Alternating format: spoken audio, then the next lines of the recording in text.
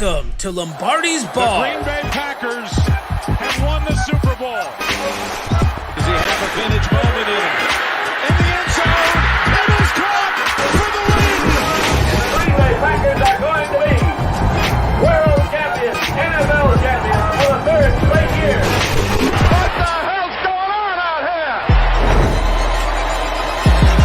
Jones, look at that balance. Aaron Jones, see ya. Rodgers, four-man rush, gonna float it down the seam. Adams has it, and he's in. Touchdown, Packers. 2nd and 6. Zadarius Smith. The beat goes on. Welcome in, Packer fans, to another edition of Lombardi's Bar. We're headed into the bye week, which only means one thing. It is time to drink even more. I'm your bartender, Dan Connick. Thanks for joining us again today, everybody.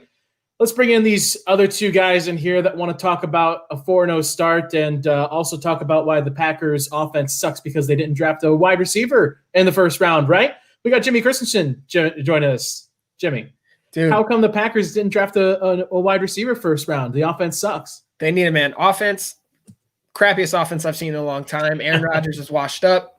Let's get somebody in. Yeah, it clearly washed up. His time is up. I hesitate to bring this other guy in because I really don't want to drive. Like, the first part of the show should be something that brings people in to the show. Honestly, not scare them away. He's so optimistic. I think it's going to be fine. It's Todd Varney, everybody. Or what's your name, Todd? Primetime T Money. I hate you. God, like, I just want to beat you up so bad. What did I do? Why? Don't look at me with those sunglasses and ask me with a straight face, what did I do? The sunglasses are what you did. I think they look great. I look good? Yeah, thank you. I got the bright You don't lights look on good. in here. Sunglasses Prime time. Also, can Walmart we bring has up an that? incredible collection of spray paint. Can we bring up Nate Lloyd's comment again, please? Dude, I don't blame you. They should fire me, but come on, man. I don't even know you. I appreciate it. Hold on. I like that. Can we put it back up? Because I'm going to show my old man here for a second. I don't understand the emoji. No cap. No cap. That means he's not lying. Like, seriously, fire him. Yeah. The only problem with that, Nate, is Damn young we have people. a running policy here that if Jimmy gets fired, I get fired. Yeah. And then We can't do Yeah, that. and then at that point, it's just me. And Yeah. no one Nobody wants would want bartender that. drink alone. Yeah. Primetime T Money, baby. There we go. don't encourage him. I like it. It's T-E-E. T-E-E. Not just the letter T. T-E-E. Spell it out. You're classy. You're classy. Good God. It's who I am. Oh, Dear Eric called you Tips. out for your T-shirt or your shirt. There it is. That is a pretty sweet. What's the phrase at the bottom say? What does it say? Make Green Bay champs again. Nice. I like it. Like that. Yeah. Well, guys, Packers are 4-0 heading into the bye week, as we all expected, right? Yeah. Absolutely. No. You want to hear today's drink special? Of Here at course. Lombardi's Bar? Today's drink special. It's the 4-0 Horseman. Nice. So the 4-0 Horseman, it is made up of one part Devontae Adams, one part Aaron Jones, one part Alan Lazard, RIP, and one part Big Bob Tonyan. No actual alcohol, but I figured the pun works better, or the joke works better, because the 4 Horsemen drink is the name, like it's, Jose Cuervo, Jim Beam, Jack Daniels. I forget what the fourth one is. You're a bartender, Dan. I didn't say it was a good bartender. That's fair. I can remember the last time I had a 4 Horsemen shot, and I'm off that narcotic. I don't need it in my life anymore. Bad decisions were made that night, and I don't need that back in my life. But did you have fun? No, I didn't have fun. It sucked. That's on you. That That's night on you. That's sucked. Uh, your fault. Yeah. Oh, no. I distinctly remember here. Let me paint you the picture real quick. Just a quick snippet. Sitting at the bar, and I look up and I see highlights of Johnny Manziel in college, which should date you how far back this was. And I remember him, it was during a bowl game, and he was like running around doing this big loop. And I remember kind of like following him with my eyes, and I was like, nope. I had to go outside into the alleyway and throw up. And that was the last time I had a 4 horseman shot, and I don't need that back in my life. But I figured 4-0, you've had one person kind of like step up in each of these games and have a huge breakout game. And so all 4 of them make up the 4-0 horsemen. So Absolutely. Are you sure it was the shot that did it to you, or was it that Johnny Manziel was so sick that he made you throw up? It was a combination of the two. Yeah. I hate Todd so much sometimes. But Jesus. Johnny Manziel so sick. so money. So money he doesn't even know it. How the hell on a Packers show we're talking about Johnny Manziel? Let's move on. Well, let's talk about that game last week a little bit here, guys. We last week we're talking about pay the tab coming into this Monday night game against the Falcons.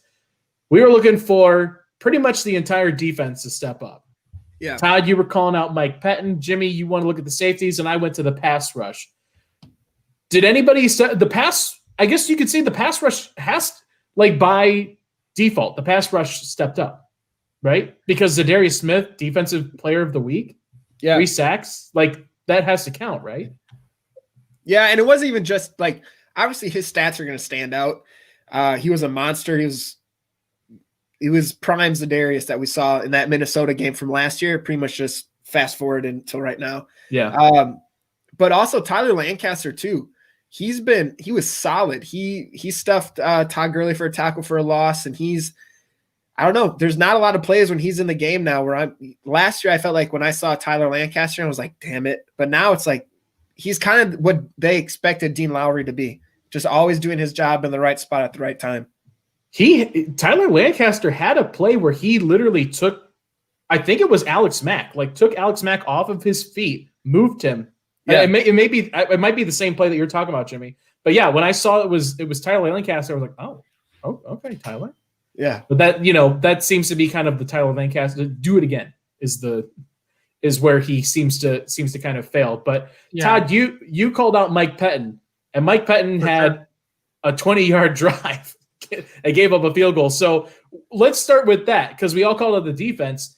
So the 20-yard play, who gets the blame for that? And is it really that much to blame, because they only got 3 points out of it?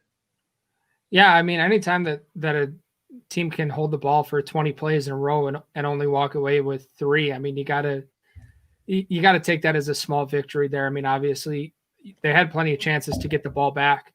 But it was just one of those, it reminded me of like a high school football drive where it was just like, they're still going. Okay. Wow. Okay. It's still happening. Got it. Overall, I don't think the defense was that bad. I mean, there were some plays, Jimmy, you had the safeties. They made a couple of plays. The corners played great. We finally got the pass rush going a little bit. Mike Pettin seemed to be calling, the defense that these guys want to play. There was, more press coverage, more blitzing, just more action on the defensive side for the most part. And then obviously they were still giving up some decent yardage there, but that's what this defense is going to do. It's going to give up yards. I mean, that's just what it is. Holding guys to 3 points. That's where they're going to make their bread and butter. Do you think part of it too, with like running more of the defense that the guys like to do with the blitzes and things, is now that I don't know, it just seems like the lack of preseason game affected the defense league wide more so than the offense. Do you think now it's that they had those 3 games going into their 4th game that they're being a little bit more comfortable now doing some of those blitz packages? Yeah, and we talked about that earlier too. How not having that preseason, we saw a lot more drops, in the first game. Those have slowly dropped down. The missed tackles are still there, but not nearly as obvious as they were aside from against somebody like Kamara. Yeah. The communication seems to be there quite a bit better. Those are just things that over time are going to come into play. Especially, when you look at this year, you bring in Kirksey, you've got a new quarterback on the defense trying to communicate and align with everybody.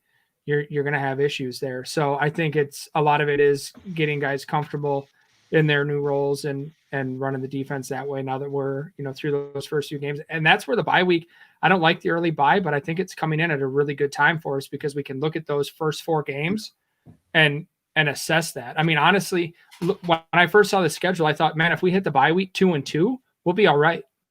Going to Minnesota and then to New Orleans, like we said, winning those games on the road is tough, even without fans. So I would have been happy coming out of this 2-2, but sitting at 4-0, I mean, that's not going to complain here. It's weird because now without preseason, you play 4 games that basically become your preseason games. You get a bye week before you start, the rest of your season. So yeah, like you said, Todd, it's basically like the season starts after this bye week now. The whole team gets healthy at the bye week, and you hopefully figured out a couple of things in the preseason in those first 4 games. So yeah, it's one of those things that didn't seem like a blessing when we needed it or when we got it, but is now. Big B, God damn it! I know. I got distracted by Big B in the comments. What's up, Big B? What's up, ladies? You ass. Love that guy. The little things. So it was like sticking with the game, the matchups that we were looking at really kind of the same that we've just been talking about, but on the offense now too, because Todd, you were looking at corners versus Matty Ice, which I can't believe that didn't throw an interception. No turnovers in this game. That's crazy for me to consider because I mean coming into this game, like this seemed to be the day that the offense that was a beer bet last week was do the Packers finally get more than 1 turnover because this offense was giving stuff up and this defense seemed to be on a roll for it. And I don't know. I mean, outside of I guess there was maybe one or two chances where stuff came off of hands. There was that one catch that ended up in the Falcons player. I can't pronounce his last name. That was a great play by Barnes to get back there in coverage. Yeah. I mean, he bit up on that hard on the play action and then just turned and got back there. So, but then I mean, like outside of me and my guy Ja Money, primetime Ja. But like outside of the Z fumble or forced fumble, whatever it is, like there wasn't really any opportunities that kind of present themselves. Both teams played really conservative when it came to throwing stuff into bad places, right? Yeah, there wasn't a lot of mistakes on the Falcons side for the Packers to really capitalize. Couldn't really talk there. I thought you were going hockey. I thought you were going like I know I said Capitals. Yeah, I'm just combining words now at this point. But yeah, no, that play by Barnes was probably our best bet, but then it ended up being a 1 in a million catch by the Falcons, just a perfectly tipped ball into the wide receiver's hands. But if he would have caught that, the hype train that's already huge for Barnes would have been even bigger. That was a good play regardless, but if he would have brought that diving interception in, like people would have been aroused by Chris Barnes. Well, Smash almost had that one in the end zone too. A half step earlier, that's in his hands. Yeah, or a half step later, that's a touchdown. And Jimmy, matchup, you were looking at the passing game versus bad corners. Yeah, but we did it though. Like it was a great. Rodgers was 20-20 towards 20 for 20 to tight ends and running backs. So he was giving it to people, just not the people I thought he was going to be to. Yeah, I was going to say I think, and this is what I've been trying to stress. This it's become my new mantra this year is forget about wide receivers, talk about pass catchers. Yeah, you don't care who's catching the damn passes; they all count the same. Yeah. And so I think I got caught up when I read that. I was like, oh, well, there wasn't many wide receivers catching the ball. But I mean, Aaron Jones and Jamal Williams. But well, let's talk about Jamal Williams, Jimmy. You were talking to him yesterday, coming out. Yeah. A career high in receiving. He almost led the team in receiving yards. Yeah, 95. So 8 targets, 8 receptions, 95 yards. Like he had that 29-yard reception where right in that soft spot of the cover 2 and then got cracked by the safety. He even mentioned too he's not used to how low the corners hit because they go straight, or the safeties sit, they go straight for the legs. Yeah. But he showed what he's been working on this offseason. And then we got glimpses of new Jamal with that 29-yard catch that I talked about. And then we got glimpses of old Jamal where he had that little dump off screen that he took for 9 yards, in which 7 of them was him just running through defenders. Mm-hmm. So Jamal's a complete player, man. Rodgers has said this. LaFleur said this. It's not Aaron Jones and then Jamal comes in to give Aaron Jones a breath. They're literally a dynamic duo to where it doesn't matter who's in, you have to worry about it. So it's great to see the offense. And we talked about blessings in disguise, and with Devontae being out, getting these guys rolling and their confidence up. When Devontae comes back, it's just adding another weapon to an offense that's clicking on all cylinders, and it's just going to be a nightmare for defenses to worry about. Yeah, and in both of those, there was a shot like that to Aaron Jones and Jamal Williams. You would never. How many times have we said this? You would never see that in a Mike McCarthy offense. A running back running a route like that and finding the soft spot in a cover 2 zone, that never happens. No, never. It's so much fun to watch. It's so much fun to watch this offense. I was looking at the matchup of Mike Pettin versus adjustments, and basically a backhanded way to call out Mike Pettin. I mean, you guys kind of said it. He really did.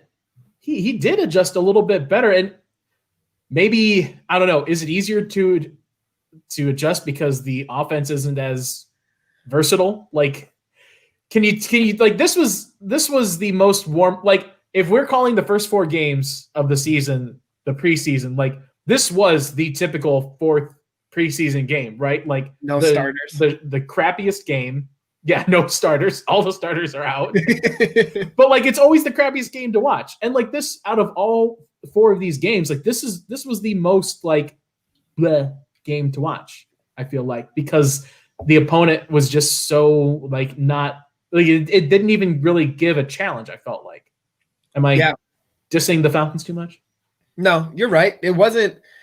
And in their defense, they had a backup safety who then got injured, so they had their backup to their backup, and it just seemed like they were constantly fighting injuries. And they're the Chargers of the NFC. Like the Chargers on the AFC always hurt. I feel like the Falcons are that team except for the NFC. Nate DeGreat 39 put in the comments the Raven Green thing, and Raven Green. I just saw that, and I looked at some of his stats, and he really did play well. If I'm wrong, I'm pretty sure didn't he have a sack this past game? He did. Yeah. Yep. So like we're getting a little bit more sample size from him as well now. And I know Will Redmond, he's had some issues with tackling, but Pettin's mentioned he likes what they bring. Raven Green's kind of that bigger, stockier guy that's going to run through a mother effer. Shout out Marshawn. And then Will Redmond was a corner, didn't play safety until last year with the Packers, so a little bit quicker, able to cover a little bit more. So it's interesting to see what Pettin's deciding to do with those two, but that's a nice little interchangeable thing he's got going on.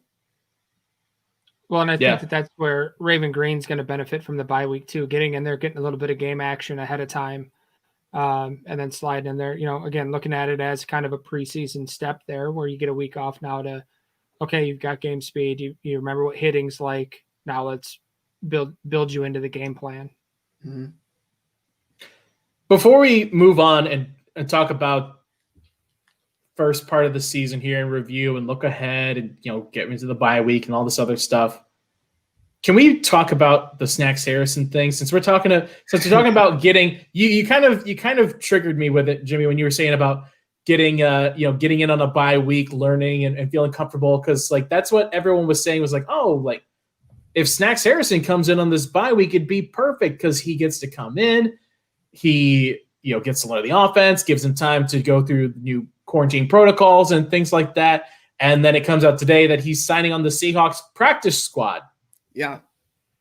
Lot to unpack there, but I mean, I guess like no hard feelings, but go bleep yourself. But hard if you're Snacks feelings. Harrison. Yeah. I don't see Jake in the comments, so you can say it if you want. He's not here. Go fuck yourself, Dave. Like, come on. There it is. No, honestly, what I think it is like it's gonna be the classic. I think about the Miami Heat when they had LeBron, Dwayne Wade, and Chris Bosh, where like they had Juwan Howard on the bench, and like he really didn't play until playoff time, or they would rest, or like Pop just rests his like stars nonstop. And not saying Snacks is a star, but I see him on the practice squad until it gets closer to playoffs, and then it's gonna be like, all right, man, come join us now. But he's just gonna be. I feel like he's just gonna be on practice squad, get in shape, and then once they get closer to playoff, that's when they're gonna kind of unleash him as a little bit of a advantage. Yeah, and I think bringing him in on the practice squad. I mean, their bye week is week 6, so you bring him in on the practice squad. That gives him a couple of weeks here to kind of reacclimate himself to the game. I mean, especially being a bigger guy. Did he come in game shape? What kind of access did he have to gyms and stuff during quarantine? So that gives him an opportunity to come in, still hit that bye week, and then get things rolling there. So I would have loved to see him in Green Bay, but if, like we said, if Tyler Lancaster can do it again, if Billy Wynn can keep eating up blockers and we get Kenny Clark back, we got Kingsley doing his thing. I mean, it might not need him. Yeah, no, and that's the thing. I don't want to make it. I don't want to come out and be, the bitter ex that didn't get the text back or got ghosted or something, because, like, I'm comfortable running with the crew that we have. Like, it would have been awesome to have him in as a rotational guy. Yeah, like to fill out the role. Like, sure. That, like, I think everyone would agree. Like, that would be awesome. But like, if you're gonna, this is for the chick over there at the end of the bar.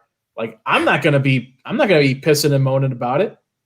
Like, not even like I said, go F yourself, man. Then fine. Like, go with God, make peace, and we're gonna go do our thing, man. Like, that's it. Do you think he had any intention of actually doing a visit? I don't. No, it was just like a power play, right? Be like, hey guys, I'm about to go to Green Bay where they want me. Yeah, I have to imagine that's it, right? Yeah. How much do you think Mr. Unlimited had to do with this? Mr. Unlimited can go unlimited. I don't even know. I was going to say something inappropriate. I don't know. Anyways, moving on. Thanks, Jimmy. Moving on real quick before, Does this answer your question, Big B? Look at this hair. Does it look like I showered? I did not. No. Did not shower for this. No. Real quick before we keep moving on, since we're still talking about this past game, let's get Justin. I think Lehman up here. Question about Matt LaFleur bringing in Wagner as an extra lineman down there. That's exactly it. Like, that's what you want, man. Yeah. You have multiple offensive linemen out there that can be starting, and if you have one sitting on the bench, bring him in a different situation like that. Like, mark it down right now. Rick Wagner catches a touchdown this year. No, we're going to have Bakhtiari do it. We're not going to have Rick Wagner. No, you watch it. You watch. Rick Wagner will score a touchdown this year. No, it's going to be Bakhtiari. They're not going to bring Rick Wagner in to score a touchdown. They're going to let Bakhtiari. Hold on. Are we saying score or catch? There's a difference.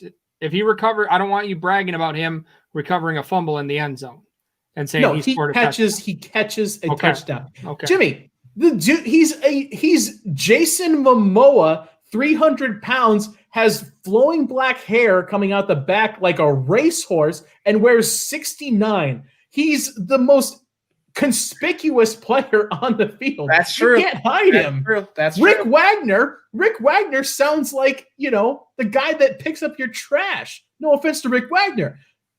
But it's the name, man. Like, no one's looking for Rick Wagner. It's like the Spanish Inquisition. No one's expecting it. Rick Wagner sitting in the corner of the end zone, touchdown. Big guy touchdown. He cements himself in Packer lore.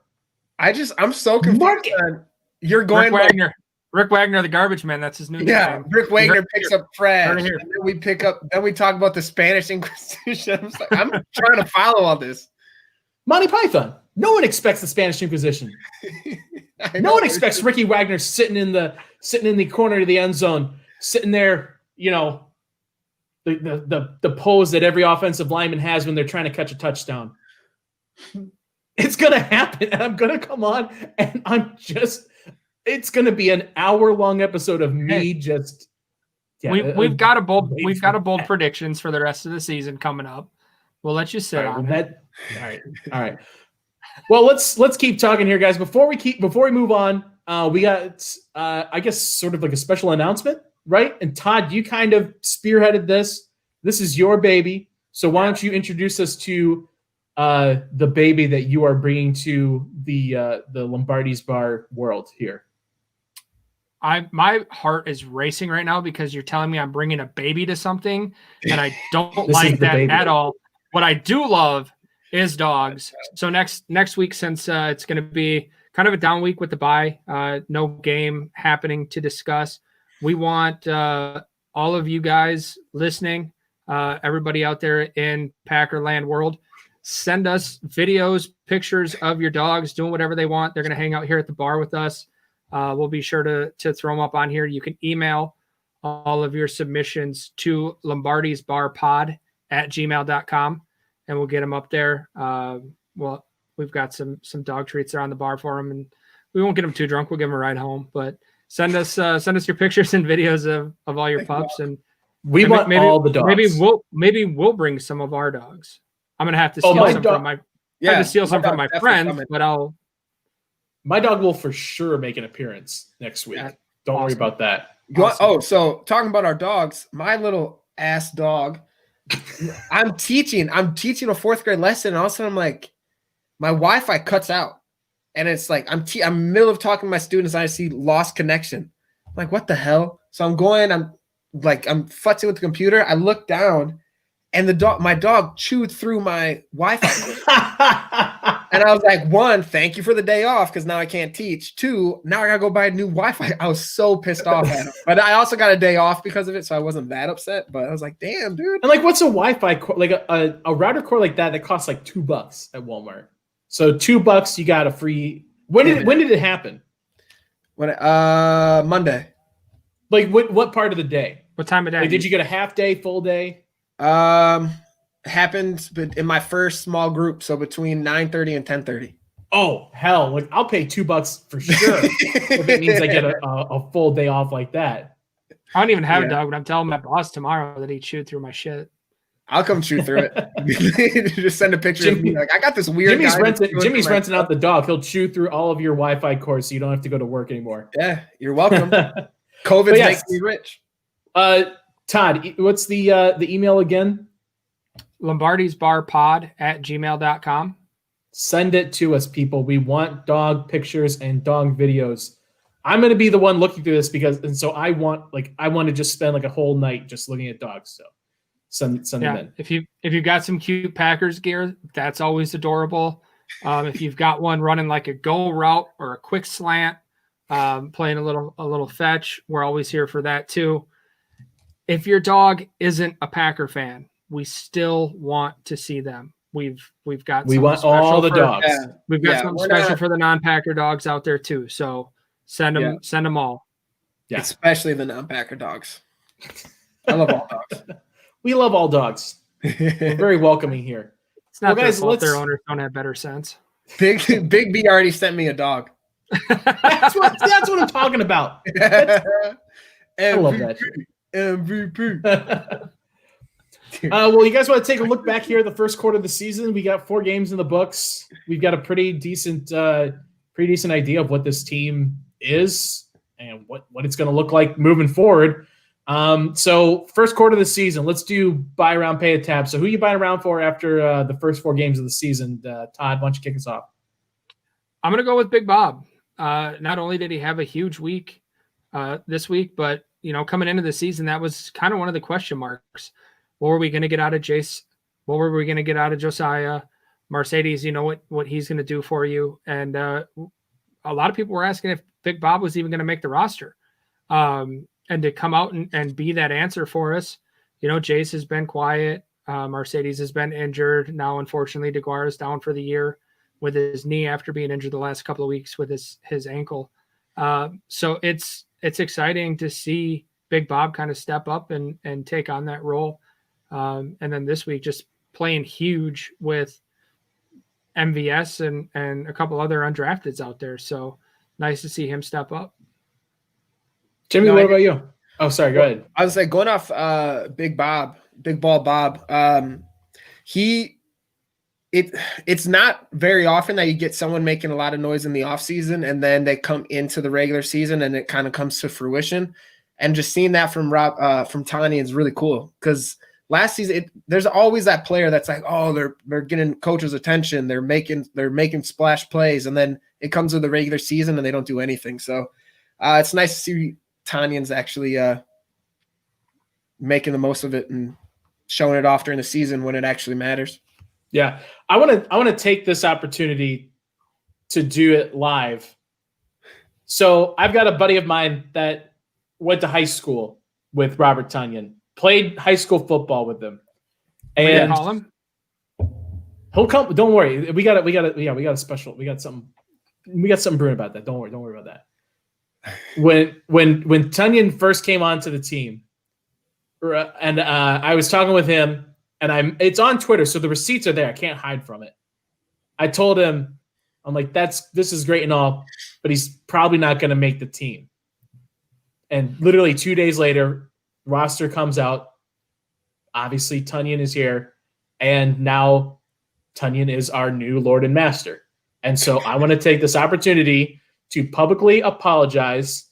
I'll rend my clothes in twain. I'll whatever with the whips on my back, do whatever it is. Whoa, I apologize. What? It's taking a weird turn. Getting dark. It's like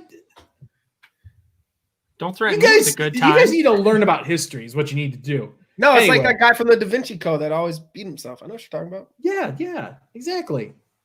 My point is I apologize to Bob Tonyan.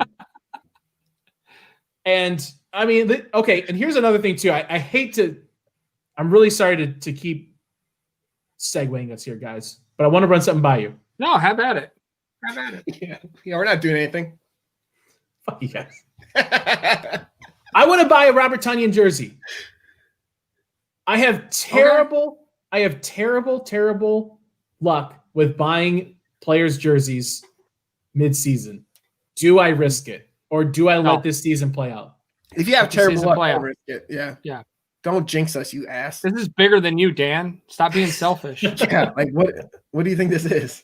I don't know why you asked that. That was a stupid question. I thought I was the bartender of this show. That's what I thought. Yeah, so did I. You're going off on tangents about jerseys, man. Come on. Jimmy, talk to us about who are you buying around for? I'm going offensive line.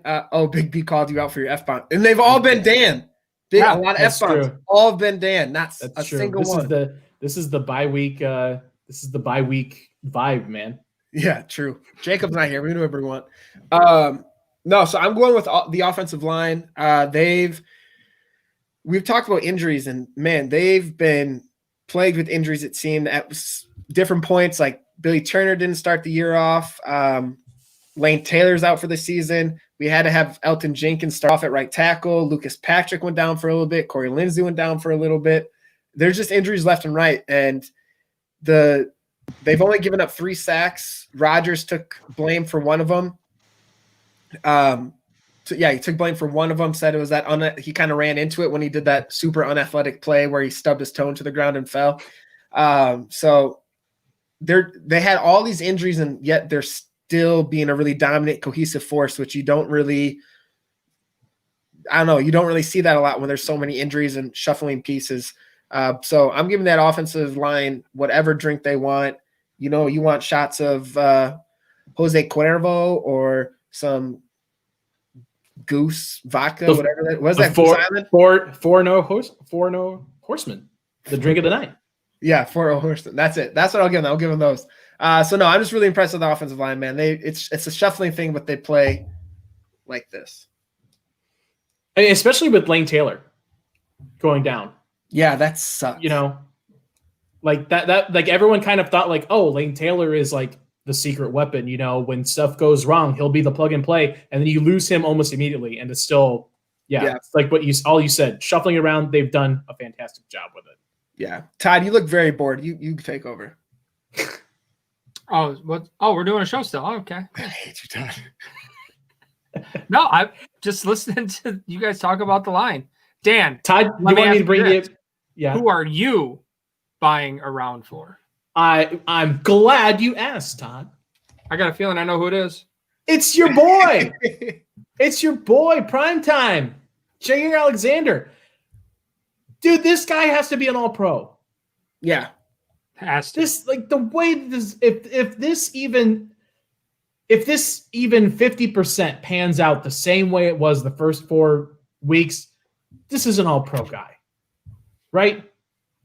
I mean, Calvin Ridley had nothing on Jair.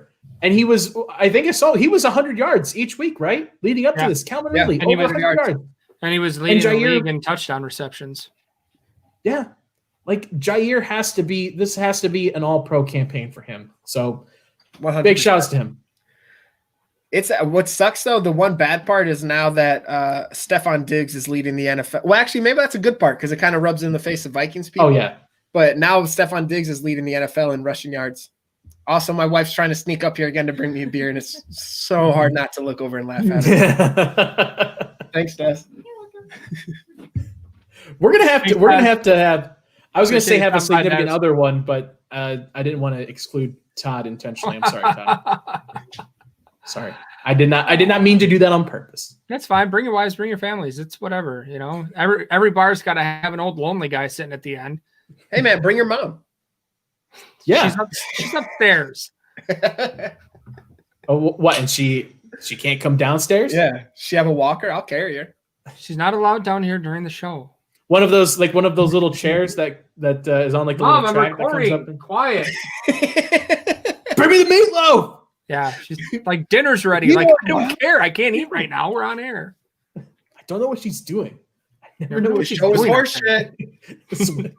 I didn't want tuna. I said it 4 times. Or salmon, whatever it is. All right, should we just keep quoting? Should we just keep quoting Will Ferrell? Welcome to our new show where we just quote movies all night, guys.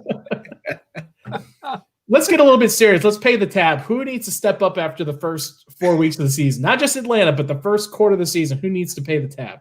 Jenny, why don't you start us off? All right. I don't know who can pay this.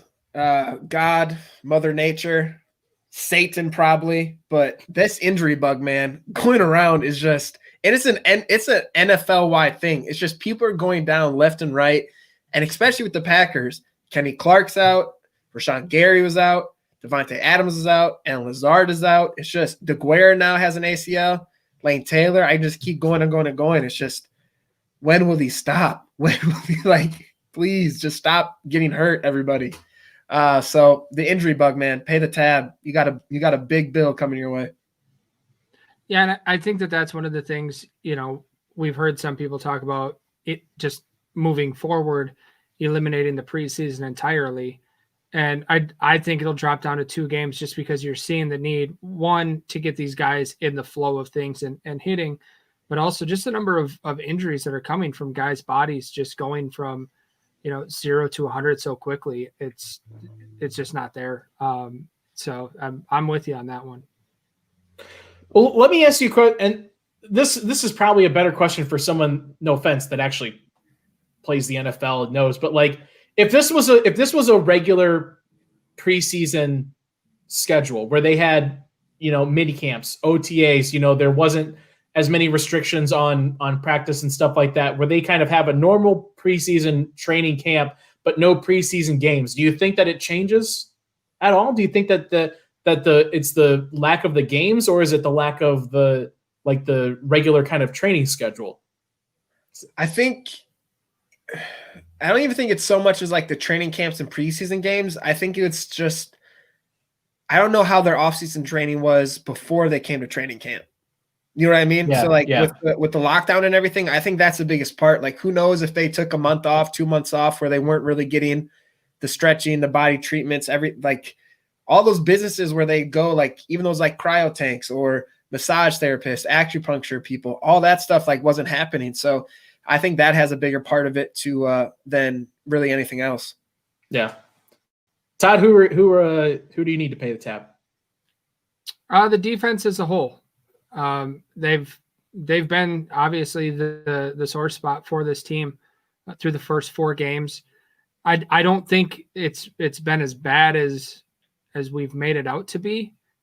There's room for improvement. They've got the things they need to work on there. But I think if this is really going to be a championship team, this defense needs to tighten it up. Agreed, yeah, for sure. Todd. Agreed. Thank you. And this next game against Tampa Bay, that's going to be kind of the test for this defense. You're completely healthy. You're coming off a bye week, and it's a savvy play caller and a savvy quarterback. That's going to be the test. Do you think? Not to jump all the way up to that game a lot here, but who do you think is going to get the pick 6 from Tom Brady in that one? Because he's just handing pick 6 out like crazy this year. Savage. Primetime Tom Money gets one. I was going to say that, but like Fields. Yeah, that's good. I was going to say like it's probably still going to be some random guy. Maybe Kiki does it. Maybe he does the BJ Raji. Picks off. No, Lancaster. Yeah, that'll be it. Maybe. It'll be Rick Wagner. You watch. Rick Wagner comes in. Pick 6. No, this is a test, a pretty big test with the Falcons, like going from Jones and Ridley. I know Jones was hurt, but now we're going to Evans and Godwin. So, and I know Evans is still battling whatever injuries he has. I think his hamstring or something like that. But, and also talking about injuries faced. Jeez, I can't talk. That's embarrassing. What the? We do a show where we talk. Yeah, I did a podcast before this. Had a couple beers. Adult activities, Todd. You don't understand. But we didn't have Michael Thomas. We didn't play Galladay. Stephon Diggs isn't on the Vikings anymore. So it's like there's those top receivers we face. Like we don't really have to face them this year so far. Julio Jones was hurt. Ridley was shut down because he's a little punk ass. To that, though, the Vikings actually have the number 1 rated, according to Pro Football Focus, the number 1 rated wide receivers. And then the Atlanta has number 3. So, I mean, we've played them, but I think that, again, is we caught them before Justin Jefferson had played in an NFL game before and kind of lucked out there. But I mean, we still – the defense needs to step up, but we'll see. Yeah. I'm going to go to the offensive side of things, and it's a real nitpicky one, but the goal line offense. Yeah.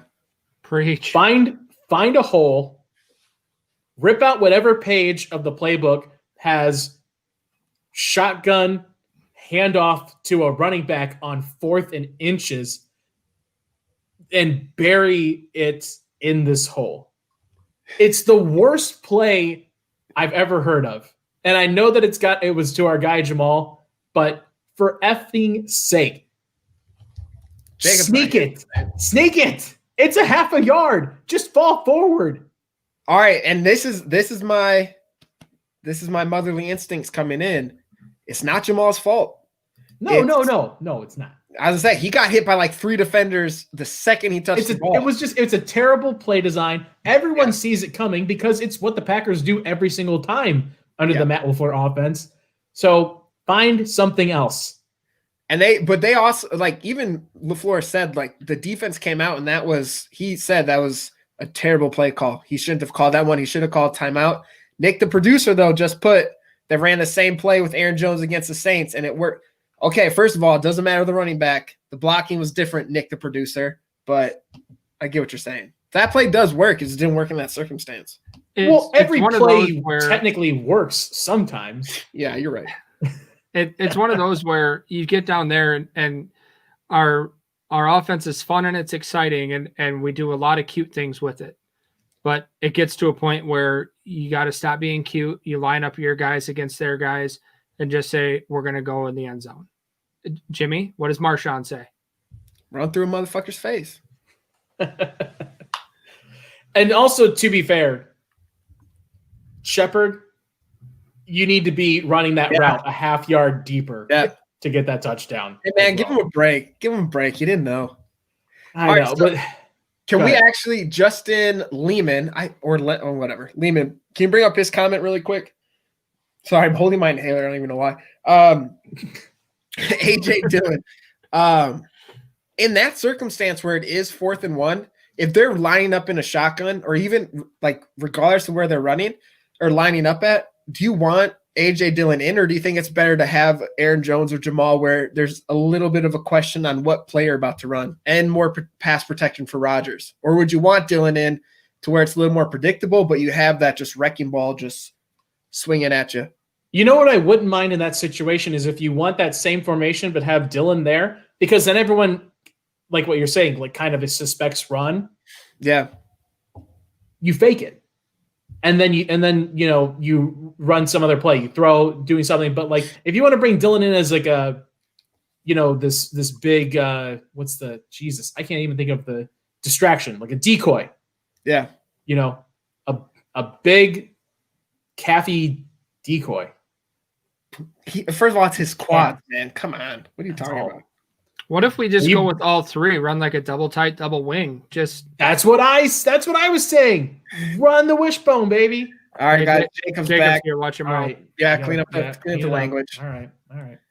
Well, do we want to get to our drunk tweet of the week before we talk some high and low and look ahead? Let's do it, boo boo. All right. So this one comes to us from in-house. However, not from the person that actually tweeted it. So, Nick, can you throw this up here? There's a twist. There's a twist. This Shyamalan twist coming. Plot twist. But Perry Goldstein coming out here spitting the fire, talking about DMs and guys sliding in there, being creepy and being weird just because she is a girl talking about sports. Nick, get this off here so the people can see my face. Anytime. Producer Nick, step it up, man. Producer Nick. What the hell? Okay, there we go. Thanks, What do we pay that guy for? Jesus, come on. That was like 18 seconds. All right, Dan. Get a freaking life. Get out of here with that bullshit, dude. I don't know. There's really not much more you could say to this except like bleep off, man. There's no room for it in 2020 anymore. You guys can take it, but that's all. I wanted to make sure we highlighted that because two of the best people that here at Game On Wisconsin are Maggie Loney and Perry Goldstein. Oh yeah, Maggie and Perry. Oh yeah. but those two are some of the best.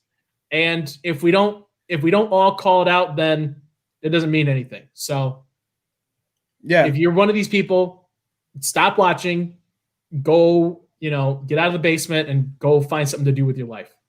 And if you are recognizing that that's something you do, don't send an apology DM because that's equally as creepy. It's just, you mentioned Perry and Maggie. They're fantastic and a wealth of knowledge with them. But I'm seeing this trend throughout Twitter with all kinds of women in the sports world that are having these same tweets go out. And at some point, as guys, we got to put it on ourselves to stop it. So stop being drunk guys out there tweeting. Even if you're sober, don't do it. Just stay out of their DMs. Yeah, that's the thing. We know Perry and Maggie, beautiful people, but Playboys, shoot your shots, not on Twitter, not what it's there for. Go on Tinder, go on Bumble, let them reach out to you, send your dick pics on places that they want them. Twitter's not the place, man. Like, just shoot your shots other places. They don't want it, I'll do it. There's literally an endless supply of apps that are literally designed for that purpose of sliding into women's DMs. Yeah. Go there. Twitter ain't the place. All right. I think we move on from that. Let's talk about some fun stuff. Let's look ahead to the rest of the season. Let's play a little top shelf, bottom shelf. Going to just machine gun off some names to you guys, and you tell me, are they sitting top shelf or bottom shelf right now? Are they high or low as we head into the rest of the season here? So let's go. The first one here. Let's go. Zadarius Smith. Is he sitting top shelf or bottom shelf as we head to the I wanted to say last part. I feel like we're at the halfway point, but the rest of the year. Todd. Or Jimmy, go ahead. No, I don't want to anymore. Screw you. Oh, okay. No, Todd. Well, Jimmy was already talking. Okay, I'll go. Big Z, obviously top shelf. Starting to turn it on. Big game this week. He's going to get his motor going here. It's going to be fun to watch. Yeah, no, with him, reigning NFC Defensive Player of the Week have to be top shelf. Yeah, for sure. Has to be. You don't come in. You don't come in on the bye week as the reigning Defensive Player of the Week and not be top shelf. Let's stay defense and let's talk about the safety group as a whole. So let's group Amos and Savage in here as a whole. Safeties sitting top shelf or bottom shelf. I have to go bottom. I called them out last week. I know this past one they made some plays. Amos came and knocked the ball down to save that touchdown. So again, it's kind of the Preston Smith thing. They're not playing horribly, but they're not playing to the expectations fans had and to their ability level, I guess. Yeah, I'm going to keep them on the bottom too. Yeah, I'll agree. Because you talk about those plays on Monday night, that one that I think Savage made on that first drive, where he was splitting the cover too like that, he really kind of got lucky on that play. And a lot of those plays, they were – I don't like to use the word lucky because kind of devalues it, but yeah, they weren't the plays that we saw last year. Yeah. Leave it at that. And we're not as optimistic as Todd. So when he said if it was a half step sooner, it would have been an interception, but it was just even, I'm going to beat you, Todd, a quarter step late. That was a touchdown and the game's a lot closer than it was. So that really was, like you said, lucky's not the word for it, but a very beneficial thing for, I'm trying to think of a different word. There's really not a lot of synonyms for lucky. It was a very lucky play for Amos. Fortuitous. You are a freaking dictionary. I am just bringing it today, you guys. I'm really sorry. You keep throwing shots at me about being so optimistic all the time. We've made it 52 minutes into the show, and I haven't even mentioned the fact that the Packers aren't playing another game this year because the season's over. The NFL is done. Everyone's getting COVID. Can we talk about the Titans? They're idiots. They're idiots. What the hell, God? Like, we literally are living in a world where the high school that you're going to practice at probably has cameras and people taking pictures. You also have like 6, 7 super beefcake guys walking around. Like, people are going to take notice and be like, they probably aren't in high school. What the hell are they doing here? Like, what the hell, guys? Like, the whole season could have been screwed up because they wanted to get a little extra practice in. It's over. It's done. You're right. The season's over now. Todd, you called it. I mean, it definitely feels like there's going to be something coming up, like a stoppage, like a full week off, to get everyone kind of like recentered kind of thing, it's just so stupid. People suck. And this is why we can't have nice things. Well, it makes sense too why the Patriots, like, theirs hasn't. I know Gilmore has it now, but it's not like they have Cam have it, and it's not like it's spread throughout the team. And now looking at the Titans, like, it makes sense why I went from like one person to 2 people to now it just is up to like double digits on players and personnel. It's like, get your head out of your ass, guys. Come on. Yeah, just another example of Bill Belichick doing a good job at something and his protege not doing the same job as well. Oh, look at you, girl. No, that was a really bad one. I reached. That was I think I sprained something reaching for that one. How about Jay Sternberger? Let's go offense. Top shelf or bottom shelf? Or incomplete at this point? Bottom shelf. Todd, you say bottom shelf? Yeah, he's had opportunities. With the injuries this week, we had 2 tight ends. He was non-existent. He's getting had been getting opportunities to be out there and make a play, and he just has kind of squandered them. I think he put himself in the doghouse a little bit. Yeah, no, that week where he had multiple drops, it's just for someone who's supposed to be the breakout player. Week 1, he had that only 1 target. Then the drops, and week 3 he bounced back. He had a couple good plays, and again, Big Bob Tanya and Big Ball Tanya is just taking over for him. And it's just, Again, I even tweeted out, it's Jace's second year. Tanyan's in his third year. Like, this is really the first time where he broke out to where now we're saying, like, Big Balls Tanyan's a real threat to the defense. That's his name now. That's his name now, Dan. Big Balls Tanyan? Yeah, it's like Big Dick Nick for the Bears, but our version of it. Duh. My grandma is watching. You know this. Yeah, Dan said the F word twice. All I said is Dan's talking about that. You can't Dan's prove that. talking about whips and chains. You're talking about some dude's ball. I mean, come on, guys. Okay, first of all, it's a great nickname. I stand by that. But it is nice. I like it. Thank you. I'd say bottom shelf too. He's just been replaced. Jacob said no, so that means keep going with it. Yeah. Big Balls Tanyan is very good. Jay Sternberger, bottom shelf. Let's get one. Let's do one more here since I won't say I pushed us over on time with a bunch of bull crap. Let's get MVS in here. Since he's been the number one, the pseudo kind of like wide receiver. Well, I mean, he's just been the wide receiver that's been here the whole time. You know, he's the only one that hasn't missed with an injury yet. So top shelf, bottom shelf. Oh, this is the toughest one you gave. And because of that, I'm going to pass it to Todd so I have more time. Okay. Marquez, Big Balls, Valdez, Scantling. Marquez, medium something. I think of one more than M. I was trying to come up with something else, but I figured we just stick with Big Balls on that one. I'm obviously, you guys know I'm dying on this hill. He's top shelf. He's, he had pretty much nothing going on in New Orleans with Lattimore all over him. That back shoulder fade was there this week. I mean, that was 6. But Jacob, get out of here. No one's sending you an application. No, I think he's still, he's a number 3. What do we expect from a number 3? That's where he's at this point in his career. And I think he's a really good number 3. And as soon as 1 and 2 can come back and he can get back to being number 3, he's going to keep moving. So he's top shelf still. Yeah. I'm going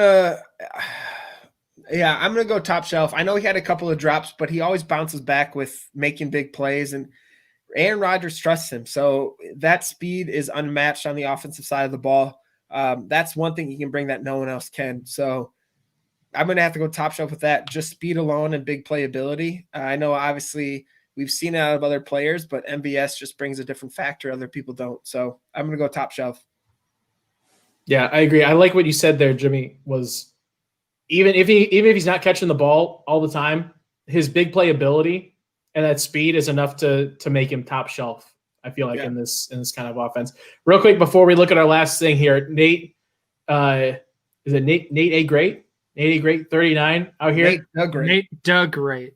Come on, Dan. Jesus H. Dan. What is in this beer? Nate the Great 39. I love his thing. I would want an application, but I'm not an expert on football.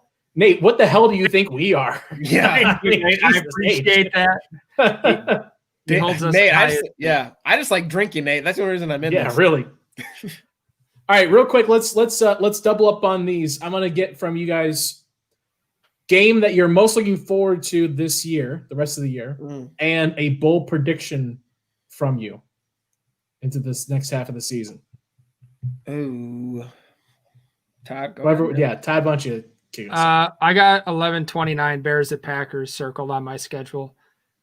Just the Bears are off to a good start according to their record. Quarterback controversy ? What's Big Dick Nick and Mitch doing? Nobody really knows. Got their boy, Jimmy Graham. We were happy to send him down there. I promised my one Bears fan that watches every week that I would mention the Bears quarterbacks and Jimmy Graham in the show. So I got those in there. My bold prediction, like I said, we're 4-0. I don't know. I don't think that we're going to play football the rest of this year. So the Packers are going to finish the season undefeated. However, if they do play all 16 games, I think they're still going to be undefeated. I think this is a 16-0 team. Okay. All right. Jimmy? I like that. Optimistic, man. Yeah. We got to take what we can get from Todd when it comes to optimism. Oh, So, hell yeah.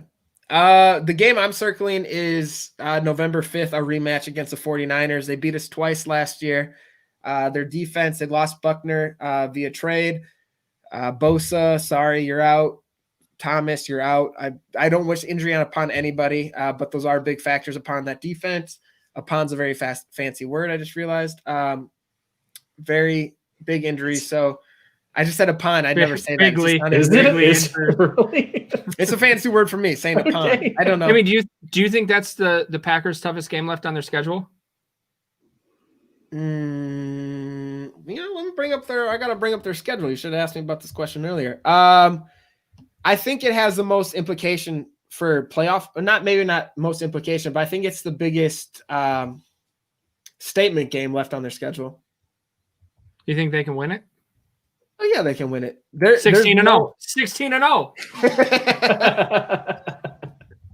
All right. Thank you for walking into my web. Damn it, you're talented. Yeah, you sneaky bastard. But no, now I'm looking at the schedule. That really is probably the toughest matchup. The Colts are they can be dangerous. They cannot be. The Titans are there in December, but they all have COVID and they should just make them go crap. So I don't know. Yeah, this 49ers game might be their biggest test, and hopefully they can show that Jimmy Garoppolo is just a pretty face and not a real football player and shut that stuff down. What about a bold prediction? Oh, Big B, you're going to like this one, brother. I'm going to say Jamal Williams finishes the season with top 3 receiving yards on the team. Oh, okay. All right. My game, I don't have the date, but I'm pretty sure it's 4 weeks from now. It's, I think, the 3rd week coming up. So I'm pretty sure it's Bucks.